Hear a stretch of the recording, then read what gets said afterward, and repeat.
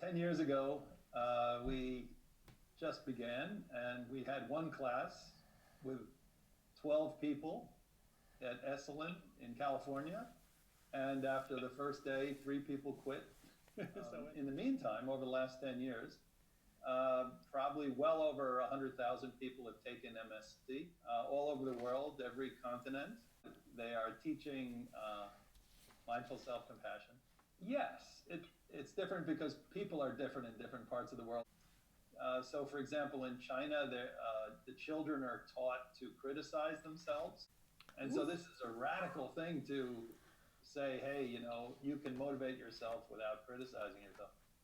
In South America, people say, well, we're not very good at, self-compassion because we're Catholic and we've been told that we should ignore ourselves. And the experience of what we call the U-turn, giving ourselves some of the compassion that we so easily give to other people, is universally beneficial. And as soon as people do that, they make that little U-turn, they say, wow, I had no idea. So I'm a clinical psychologist and I work with intense and disturbing emotions. And I in particular had an intense and disturbing emotion, which was public speaking anxiety.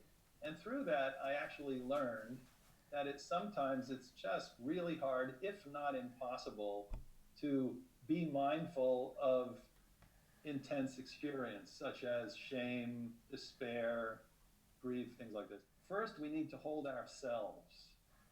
And we know this with other people. When somebody's really disturbed about something, we spend time with them, we're with them, we hold them, we talk to them, we listen. We need the same treatment ourselves in order to be able to open our eyes again and actually see what's going on in our lives.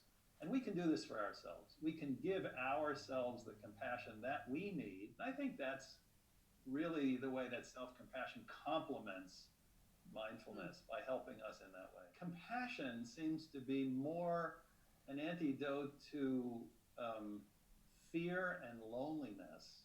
And it seems to affect, in a very direct way, how we feel in relationship to our bodies and in relationship to the world. Mindfulness does the same thing, but it seems to be in a different way.